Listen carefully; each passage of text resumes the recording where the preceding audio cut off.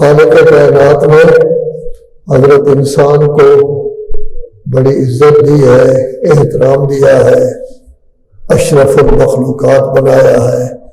وَلَقَدْ كَرَّمْنَا بَنِي آدم، سورہ بنی اسرائیل 15واں پارہ۔ ہم نے بنی آدم کو مکرم اور معظم بنایا ہے، اور پھر ہم نے ان کے لیے پاک و پاکیزہ چیزیں پیدا کی ہیں، اور ان کے لیے خشکی اور تری کے راستے بنائے ہیں، اور ان انسانوں کو ہم نے اپنی بہت ساری مخلوق پر فضیلت دی ہے۔ حضرت انسان کی یہ عظمت ہے کہ اللہ تبارک و تعالی نے اس کے لیے پورے سال کے مہینے، پورے سال کے دن، پورے سال کے ہفتے بنائے ہیں، اور 13ویں پارہ میں اس کا ذکر ہے لِتَعْلَمُوا عَدَدَ السِّنِينَ وَالْحِسَابَ، تاکہ آپ لوگ حساب بھی کر سکیں اور سالوں کی تعداد بھی آپ کو معلوم ہو جائے۔ ان سالوں میں، مہینوں میں کچھ مہینے زیادہ محترم قرار دیے گئے ہیں، 4 مہینے جن میں جنگ کو حرام قرار دیا گیا ہے۔ 3 مہینے ایسے ہیں جن کی بہت زیادہ عظمت ہے۔ ایک ماہ رجب، مولا کائنات امیر المومنین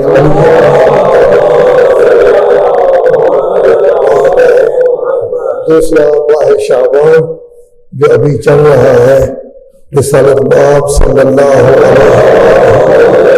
وسلم کا مہینہ ہے، اور 3-4 دن کے بعد ماہ مبارک رمضان شروع ہو رہا ہے، جو اللہ تبارک و تعالیٰ کا مہینہ ہے۔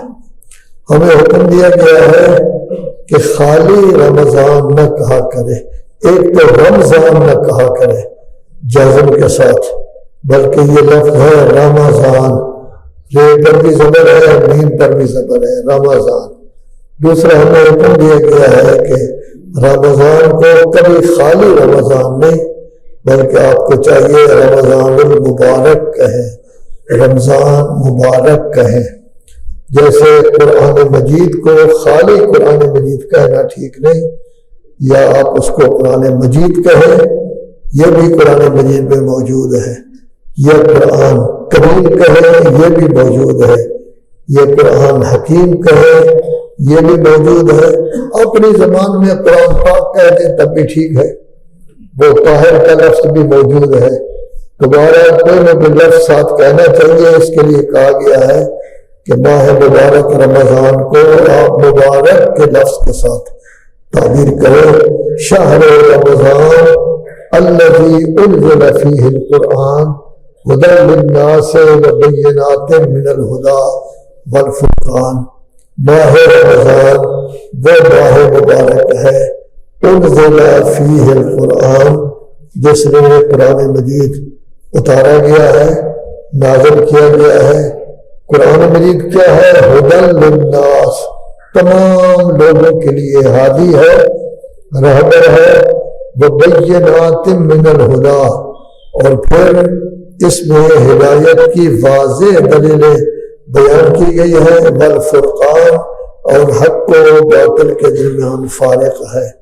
تو ماہ رمضان وہ مہینہ ہے جو اللہ کی طرف منسوب ہے، جس میں ہم اللہ تبارک و تعالیٰ کے مہمان ہوتے ہیں، اور ساتھ ہی ساتھ ماہ رمضان ہدایت بھی ہے، اور واضح دلیل ہدایت کی اس کے اندر موجود ہے، اور حق و باطل کے درمیان فارق بھی ماہ رمضان المبارک ہے۔ تھوڑا سا اپنے معاشرے کو دیکھیں، اگر کوئی ایک آدمی کہ اس کے آپ کے دل میں اس کی بڑی عزت ہے، خواہ مالی لحاظ سے عزت ہو، علمی لحاظ سے عزت ہو، عہدے کے لحاظ سے عزت ہو، اگر کوئی آدمی آپ کا ساتھی آپ کو دعوت کر دے تو اس کو بھی دعوت کہتے ہیں، لیکن کوئی بزرگ دعوت کرے تو اس کی اہمیت بڑھ جاتی ہے۔ اگر آپ کسی بہت بڑے افسر کے مہمان بن جائیں، اس کی اہمیت آپ کے نزدیک بہت بڑی بن جاتی ہے۔ ملک اعظم آپ کو دعوت کر دیں اس کی اہمیت بہت زیادہ بڑھ جاتی ہے. اور اگر امام وقت آپ کو دعوت کر دے پھر اور زیادہ اہمیت بڑھ جائے گی. لیکن اگر اللہ دعوت کرے تو ظاہر ہے کہ اس کی اہمیت سب سے زیادہ ہے. لیکن اس کے لیے ضروری ہے کہ اللہ کی عظمت ہمارے دل میں ہو، اللہ کی تعظیم ہمارے دل میں ہو. جو ہم اللہ اکبر کہتے ہیں سمجھیں کہ ہم کیا کہہ رہے ہیں. آیا واقعاً ہم اللہ اکبر دل کی گہرائیوں سے کہہ رہے ہیں؟ ہم اللہ کو سب سے بڑا سمجھتے ہیں کہ اللہ کو اگر سب سے بڑا ہم سمجھیں گے تو ایسی صورت میں جب اللہ کی طرف سے ہمیں کہا جائے گا کہ آپ ہمارے مہمان ہیں تو پھر ہم یہ سمجھیں گے کائنات کا سب سے بڑا میزبان اللہ ہے اور ہماری خوش نصیبی ہے کہ ہم اللہ کے مہمان بن گئے ہیں. لیکن یاد رکھیں آپ ہوں یا میں اگر قرآن مجید کی تلاوت ہم کرتے ہیں سوچ سمجھ کر کرتے ہیں اور قرآن مجید کو باقاعدہ تدبر کر کے غور و فکر کر کے پڑھتے ہیں تو ہمارے دل میں اللہ کی عظمت ہوگی. اور اگر قرآن مجید کو ہم نہیں پڑھتے اس کی پرواہ نہیں کرتے صرف ہم نے منبر سے جو کچھ سنا ہے اس کے مطابق ہم زندگی گزار رہے ہیں تو اللہ کی کوئی عظمت ہمارے دل میں نہیں ہوگی. کیونکہ منبر ہمیں نہیں بتاتا کہ اللہ عظیم ہے. منبر ہمیں یہ نہیں بتاتا. منبر دوسری چیزیں ہمیں بتاتا ہے. قرآن ہمیں کہتا ہے کہ اللہ عظیم ہے. قرآن مجید ہمیں کہتا ہے کہ اللہ انبیاء کا بھی خالق ہے، رسول اللہ کا بھی خالق ہے. قرآن مجید ہمیں کہتا ہے کہ رسول اعظم صلی اللہ علیہ وآلہ وسلم یا مولا کائنات یا حضرت امام حسین علیہ السلام کو جو کچھ ملا ہے اللہ کی طرف سے، طہارت بھی اللہ کی طرف سے، عظمت بھی اللہ کی طرف سے، عصمت بھی اللہ کی طرف سے، امامت بھی اللہ کی طرف سے. کوئی چیز انہوں نے کما کے نہیں لی، زحمت کر کے نہیں لی، مشقت کر کے نہیں لی. البتہ مشقت عمل میں کی ہے. عمل اتنا عالی ہے کہ اللہ نے امامت بھی دے دی ہے. عصمت سب کو دینے والا اللہ ہے، سب کا خالق اللہ ہے، سب کا رازق اللہ ہے. اللہ ہی نے یہ سب کچھ ہمیں دیا ہے. ماہ مبارک کے ایک دن میں حضرت امام حسین علیہ السلام بارگاہ رب العزت میں عرض کر رہے ہیں الہی انا الفقیر فی غنایا. یا اللہ میں اگر مالدار بھی بن جاؤں، مستغنی ہو جاؤں، بے نیاز ہو جاؤں، تب بھی میں آپ کی بارگاہ میں فقیر ہوں، محتاج ہوں. یعنی اگر مال و دولت کے انبار بھی میرے پاس لگے ہوئے ہیں آپ کی بارگاہ میں فقیر ہوں. فَكَيْفَ لَا أَكُونُ فَقِيرًا فِي فَقْرِي. تو جب میں غنا کی حالت میں بھی آپ کی بارگاہ میں فقیر ہوں تو کیسے فقر و فاقہ کی حالت میں آپ کی بارگاہ میں فقیر نہیں بنوں گا. حضرت موسیٰ بیچارے خوف سے کہ مجھے پکڑ لیا جائے گا، قتل کر دیا جائے گا، اپنے شہر مصر سے چلے، کوئی پتہ نہیں کہاں آ رہا ہوں، نہ دائیں کا پتہ ہے، نہ بائیں کا پتہ ہے، نہ شہر کا پتہ ہے، نہ کسی مقصد کا پتہ ہے. ایک جگہ گئے، دیکھا کہ کنواں ہے، لوگ اس کنویں کو اپنے ہاتھ سے چلا کر اپنی بکریوں کو پانی پلا رہے ہیں. 2 لڑکیاں تھیں، ان کی بکریوں کو انہوں نے پانی پلایا. وہ جلدی اپنے بابا کی خدمت میں گئی. بابا نے پوچھا آپ جلدی آ گئی ہے؟ کہا جی ایک طاقتور امین اس کو کہتے ہیں کہ جو عورتوں کی طرف نظر ہی نہ کرے. اگر ہم ان کو بقول کسی نجھا کے جیسے کہتے ہیں دیکھتے تو کبھی وہ امین نہ کہتی ان کو کہ امین بھی ہے، طاقتور بھی ہے. اس نے کنواں چلا کر ہماری بکریوں کو پانی پلا دیا ہے. تو اس وقت یہ کام کرنے کے بعد اچھا کام کیا تھا نا. ایک درخت کے سائے میں بیٹھ گئے. قرآن مجید 20واں پارہ سورہ قصص میں ہے کہ بارگاہ رب العزت میں وہ عرض کرتے ہیں یا اللہ آپ مجھے کچھ دینا چاہیں تو میں اس وقت فقیر ہوں. کوئی خیر دینا چاہے مجھے تو میں اس وقت فقیر ہوں۔ تو موسیٰ جیسا نبی بھی اللہ کی بارگاہ میں فقیر ہے، امام حسین علیہ السلام جیسی شخصیت بھی اللہ کی بارگاہ میں فقیر ہیں۔ ہم سب فقیر ہیں اللہ کی بارگاہ میں، لیکن مجھے بھی آپ کو بھی سمجھایا نہیں گیا کہ کائنات میں سب سے بڑا اللہ ہے، سب سے بڑی عظمت والا اللہ ہے، سب کا خالق وہی ہے۔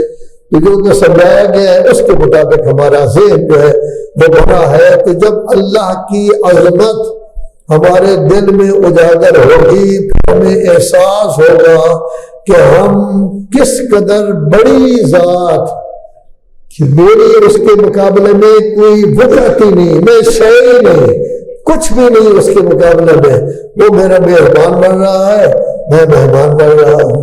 اب فطری طور پر آپ دیکھیں کہ اگر کوئی گورنر آپ کو دعوت دیتا ہے، بن سنور کر جائیں گے، حجامت کرائیں گے، مسواک کر کے جائیں گے، کپڑے بڑے اچھے پہنیں گے، آرام سے چلیں گے، جب چلیں گے تو پاؤں کی کھٹ کھٹ بھی نہیں ہوگی۔ پھر وہاں جب ایک دو آدمی بیٹھے ہیں کوئی باتیں نہیں کرے گا کہ گورنر کے دربار میں ہم بیٹھے ہیں، باتیں کرنا ٹھیک نہیں۔ اللہ کے گھر میں بیٹھے ہیں، یہ بھی اللہ کا دربار ہے، یہاں تو ہم شور بھی کرتے رہتے ہیں، ادھر اذان ہو رہی ہوتی ہے، ادھر ہماری باتوں کا شور بھی ہوتا ہے۔ کیوں؟ اس واسطے کہ ہمیں پتا ہے کہ گورنر بنا ہے۔ اللہ کی عظمت پوری طرح ہمارے دل میں پیدا نہیں ہو سکی تو گورنر کے گئے ہیں، صدر آپ کو دعوت دے، وزیر اعظم آپ کو دعوت دے، اگر آپ کہیں امریکہ جائیں اور آپ کو جو بائیڈن صاحب دعوت دے دیں تو جگہ جگہ آپ ذکر کریں گے میں گیا تھا جی، مجھے دعوت دی گئی تھی، وہاں گیا تھا، بائیڈن سے میری ملاقات ہوئی، ہاتھ ملایا۔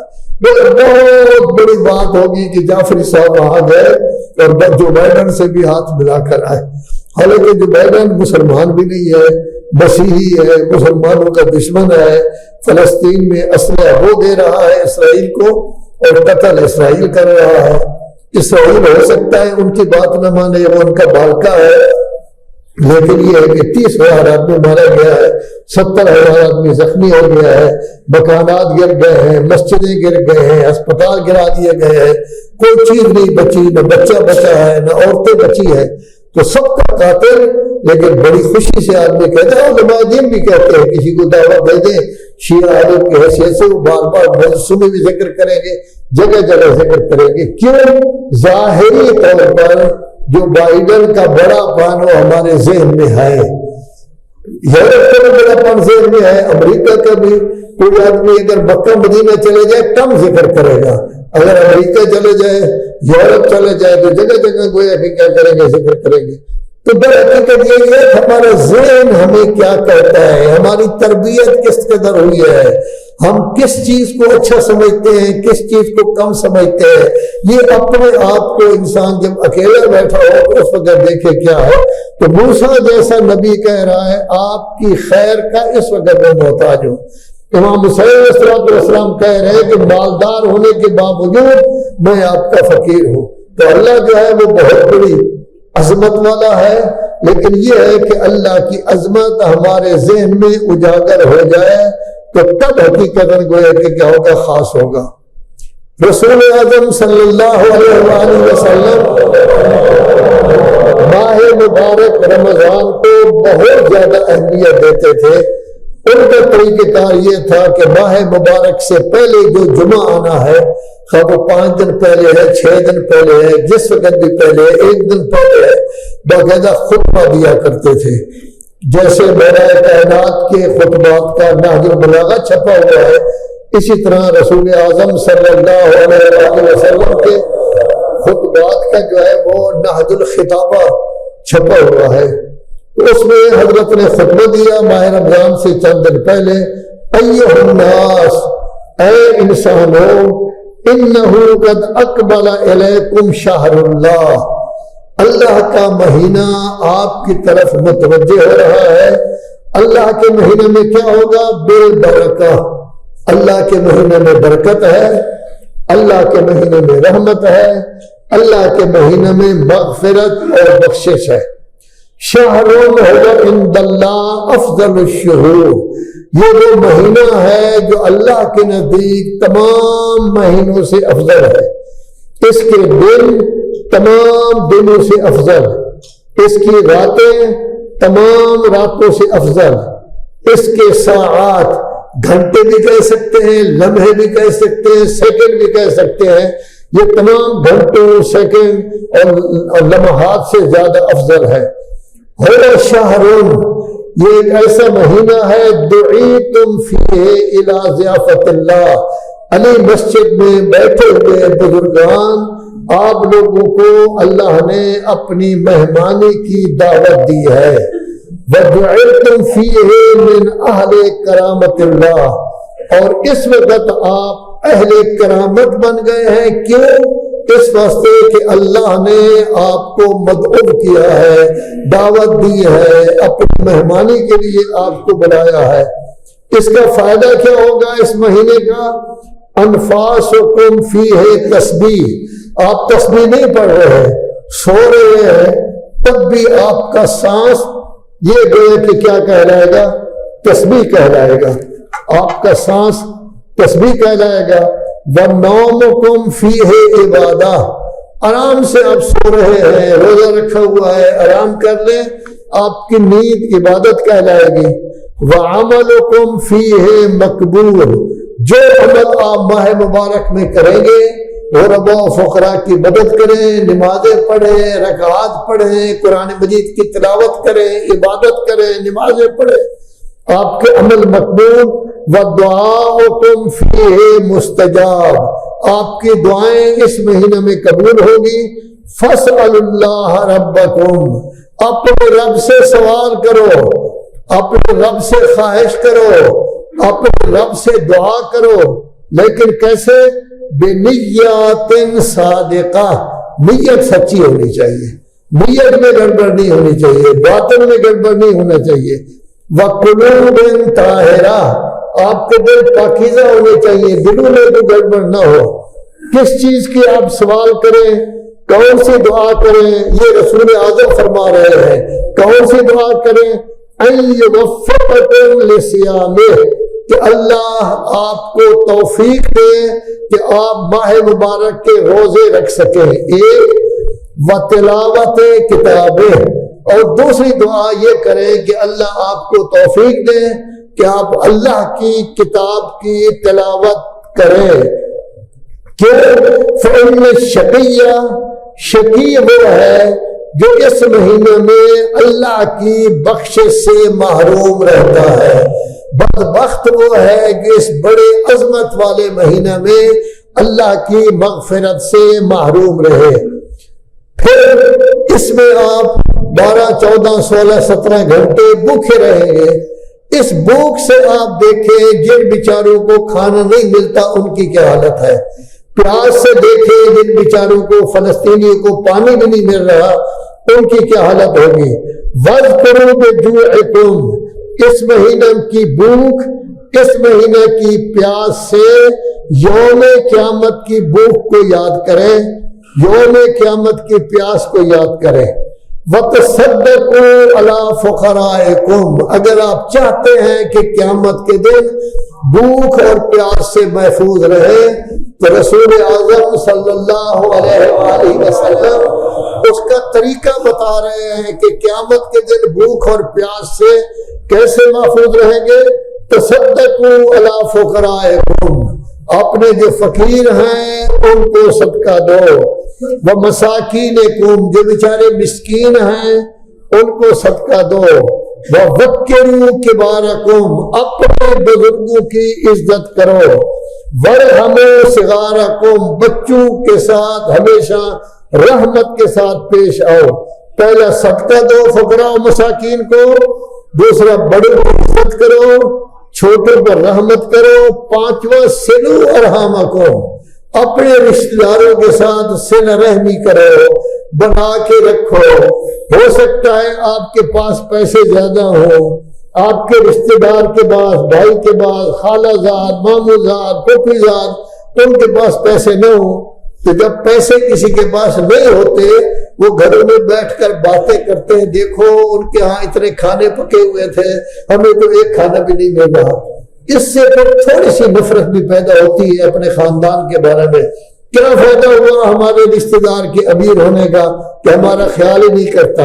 اب ظاہر ہے کہ وہ باتیں تو کریں گے، جائیں گے کہ فلاں شخص آپ کے بارے میں یہ کہہ رہا تھا، پھر آپ غصے میں آ جائیں گے، ہائے میرے خلاف باتیں کر رہا ہے۔ او بندہ خدا، آپ کا مولا ارشاد فرماتا ہے کہ جب تیرے پاس پیسے ہوں، جو غریب ہیں وہ تو باتیں کریں گے، ان کی تو خواہش ہے کہ ہمیں کچھ ملے، نہیں دیں گے تو وہ باتیں تو کریں گے۔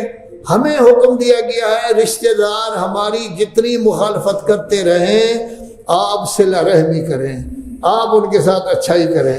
اب پھر ہو سکتا ہے نا کہ شیطان کہتا ہے اس کو دبا کے رکھو، اینٹ کا جواب پتھر سے دو، لیکن آپ کا مولا کہتا ہے نہیں نہیں، ان کی برائیاں ایک طرف، آپ کی اچھائیاں ایک طرف، آپ کی صلہ رحمی اچھائی اتنی زیادہ ہو کہ ان کی برائی دب جائے اور وہ شکست کھا جائیں، آپ فتح حاصل کریں۔ یہ ہے انسانیت۔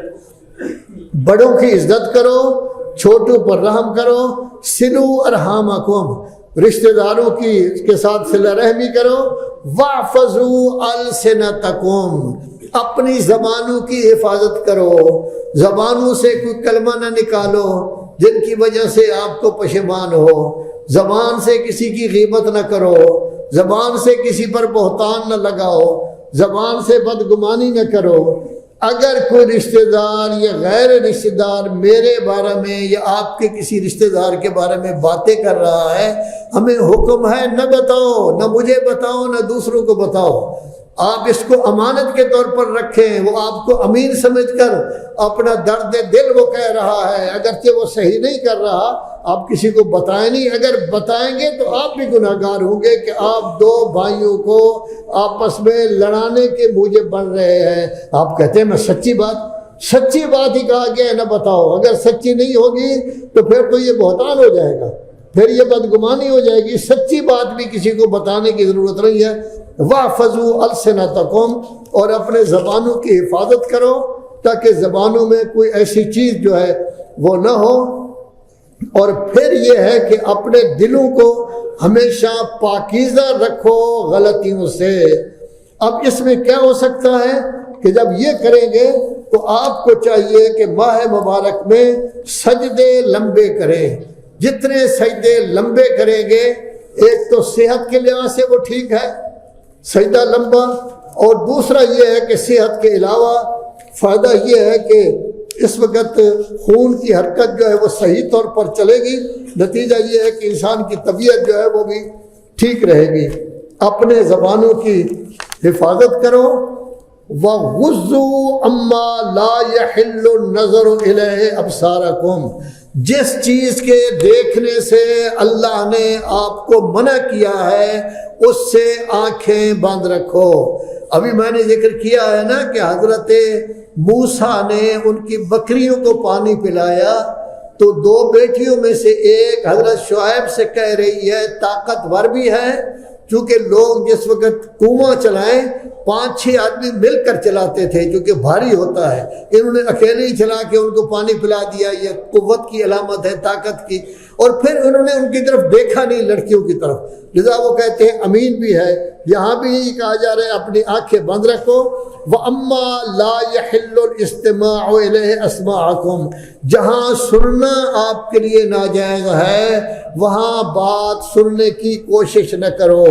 وَتَحَنَّنُوا عَلَىٰ أَيْتَامِ النَّاسِ يَتَحَنَّنَّ عَلَىٰ أَيْتَامِكُمْ، لوگوں کے یتیموں کے ساتھ شفقت سے پیش آؤ، کل آپ کے بچے نواسے پوتے بھی یتیم ہوں گے، لوگ شفقت سے پیش آئیں گے۔ وَتُوبُوا إِلَيْهِ مِنْ ذُنُوبِكُمْ، بارگاہ خداوندی میں اپنے گناہوں کی توبہ کرو۔ وَارْفَعُوا إِلَيْهِ أَيْدِيَكُمْ بِالدُّعَاءِ فِي أَوْقَاتِ صَلَاتِكُمْ، نماز کے اوقات میں جلدی نہ دوڑ جاؤ، دعا مانگنے سے پہلے نہ دوڑو، بلکہ کیا کرو، اپنے ہاتھ بلند کر کے اوقات صلات میں دعا مانگو۔ یہ افضل الساعات ہیں کہ اللہ تبارک و تعالیٰ اپنے بندوں کی طرف رحمت کے ساتھ دیکھ رہا ہوتا ہے۔ یجیبہم، جب آپ نے نماز پڑھی ہے تو اللہ آپ کی آواز پر لبیک کہے گا جب آپ مناجات کریں گے، اور اللہ آپ کو قریب کرے گا، آپ کی بات کو مانے گا جس وقت آپ اس کو پکاریں گے، اور اللہ آپ کی دعا کو قبول کرے گا۔ ایھا الناس ان انفسکم مرہونۃ باعمالکم، لوگو آپ خود جو کچھ کر رہے ہیں ان اعمال کی وجہ سے آپ گروی ہو گئے ہیں۔ اچھا عمل کیا ہے تو آپ آزاد ہیں، اس کا باقاعدہ آپ کو فائدہ ہوگا، غلط عمل کیا ہے تو آپ گروی ہو گئے ہیں۔ لذا ففکوہا باستغفارکم، تھوڑی بہتی غلطی ہو جائے تو اس غلطی کو، رہن کو توڑ دو۔ کس طرح کہ استغفار کرو، استغفار کرو، اور پھر بڑے بڑے گناہوں کو اپنی پشت سے دور کر دو استغفار سے۔ فخففوا عنہا بطول سجودکم، لمبے لمبے سجدے کر کے اپنے گناہوں کو گرا دو۔ جب بار بار آپ کہیں گے سبحان ربی الاعلی وبحمدہ، سبحان ربی الاعلی وبحمدہ 5 دفعہ کہیں گے، 7 دفعہ کہیں گے، 9 دفعہ کہیں گے، 11 دفعہ کہیں گے، 13 دفعہ کہیں گے، 15 دفعہ کہیں گے، جتنا لمبا سجدہ کریں گے آپ کی صحت کے لیے بھی مفید ہے، اور پھر گناہ بھی آپ کے سارے جھڑ جائیں گے۔ وَاعْلَمُوا أَنَّ اللَّهَ تَعَالَى ذِكْرُهُ، یاد رکھو اللہ تبارک و تعالی ذکر بلند ہے۔ اقسم بعزتہ، اللہ نے اپنی عزت کی قسم کھا کر کہا ہے اللہ یعذب المصلین، نمازیوں کو اللہ عذاب نہیں دے گا۔ اپنی عزت کی قسم کھا کر اللہ نے کہا ہے نمازیوں کو عذاب نہیں دوں گا، سجدہ کرنے والوں کو عذاب نہیں دوں گا، آگ سے ان کو نہیں ڈراؤں گا جس وقت قیامت کے دن سب لوگ بارگاہ خداوندی میں موجود ہیں۔ ایھا الناس من فطر منکم صائما مؤمنا، جو شخص کسی مومن روزہ دار کا افطار کرائے اس مہینہ میں، تھوڑا سا افطار ایک کھجور کے ساتھ بھی کرائے، تب کی اس طرح سمجھے کہ میں نے ایک غلام آزاد کر دیا ہے، اور پھر اس کے جتنے گناہ ہیں افطار کی وجہ سے سب کے سب بخشے جائیں گے۔ قیل یا رسول اللہ، عرض کی گئی یا رسول اللہ، کچھ لوگ ایسے ہیں کہ جن کے پاس پیسے ہی نہیں ہیں کہ وہ افطار کرا سکے۔ حضرت نے ارشاد فرمایا اتقوا النار ولو بشق تمرۃ، آگ سے اپنا بچاؤ کرو، خواہ افطار کرو کھجور کے ایک حصہ سے، آدھی کھجور کسی کو دے دو، آدھی کھجور کسی کو دے دو، 1/3 کسی کو دے دو، 2/3 2 آدمی کو دے دو، چوتھا حصہ کسی کو دے دو، 3 حصے اور کسی کو دے دو۔ اتقوا النار ولو بشربۃ من ماء، آگ سے اپنے آپ کو بچاؤ اگرچہ ایک گھونٹ پانی ہی کیوں نہ ہو۔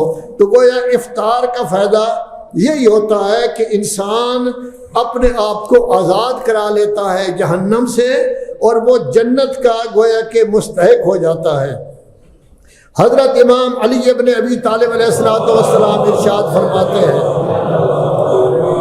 دیکھو ہر انسان کی امیدیں ہوتی ہیں، یہ امیدیں آپ کو غافل نہ کر دیں۔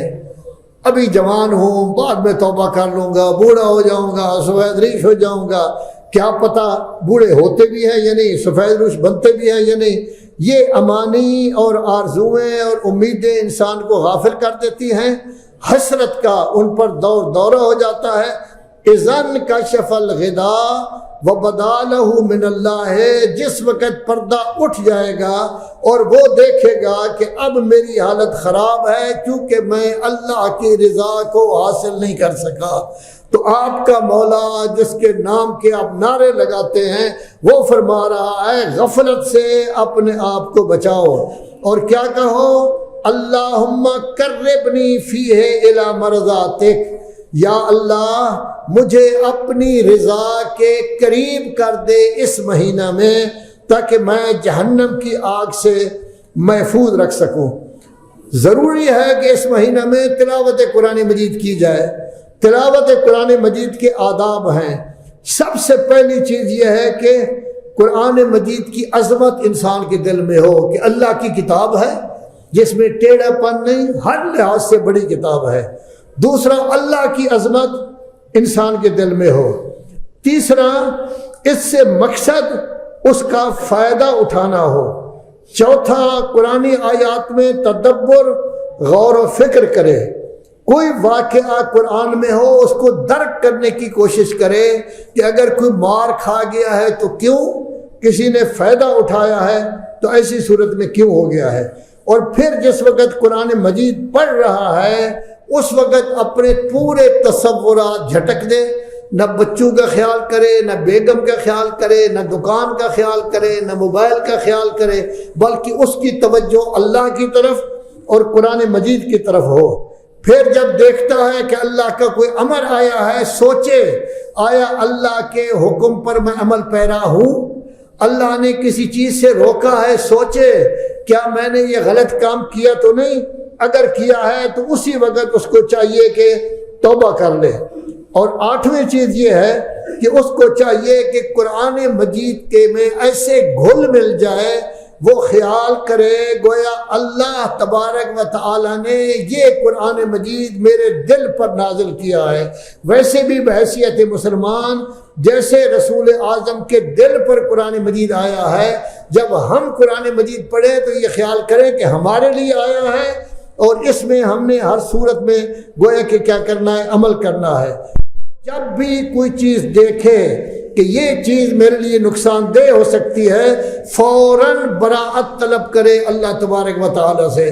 گویا خلاصہ یہ بنتا ہے قرآن مجید سمجھ کر پڑھو، تدبر کر کے پڑھو، فکر کر کے پڑھو، غور کر کے پڑھو۔ اوامر کی آیتیں ہیں، تجزیہ کرو کہ میں عمل کر رہا ہوں یا نہیں۔ کسی چیز سے روکا گیا ہے تو ایسی صورت میں انسان یہ دیکھے کہ آیا میں اس کے مطابق عمل کر رہا ہوں، میں رکا ہوں یا نہیں رکا۔